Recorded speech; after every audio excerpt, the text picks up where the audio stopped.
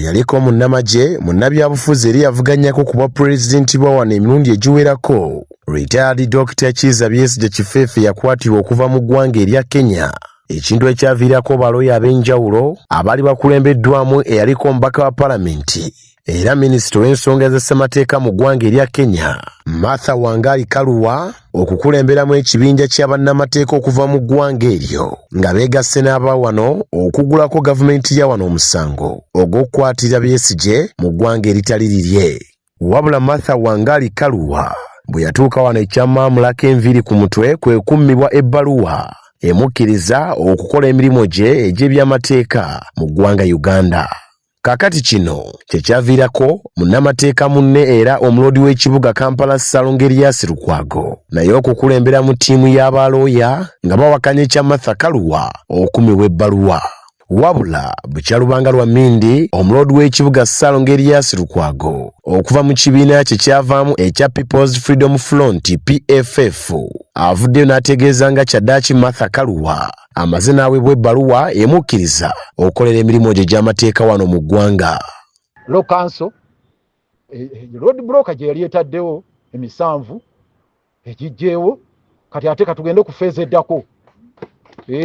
Kubanga tumanyi tekinnaggwa. Wabula Lukwago wano wasinzidde n'ategeeza nga wandibwawo akatego akayinza okuleetebwa omukulembeze w'eggwanga awamu n'essiga eddamuze. Era mu ngeri y'emu ne Supreme Court nevaayo n'ekiragiro ekyagambye nti ebya General Court Martial ebyo byeyo gwe bakutwala mu General Court Martial ne bakuwozesa ne gukusingira eyo tojjanga kujulira mu General Court mu court zino eza bulijjo.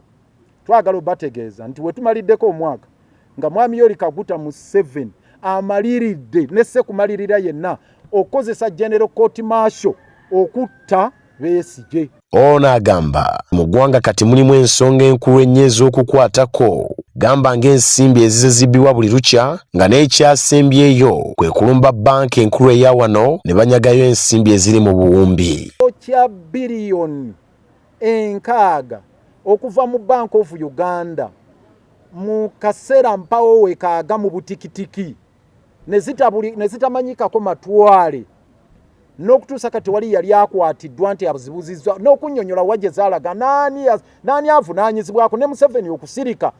Kikulaga wawe tutuuse n'obubbi mu Uganda kuba Bank of Uganda lyeggwanika oba kyekittavu kya Uganda ekisinga okubeera ekyawaggulu buli omu nga kyamanyi. Nabyokka twagala ne civil society, twagala ne religious leaders ne baani ffenna abaagala okutaasa eggwanga lyaffe okulijja mankatabu weriri mu matigga gye lyolekedde tukwataganire wamu tuluka akajegere. Lukwago ategeezezza ng'olunaku olw'enkya Martha Wangari Karua wagenda okulembera ttiimu y'abalooya okuva mu bitundu by'ensi eby'enjawulo okulaba nga Dr. Kizza Besigye ateebwa.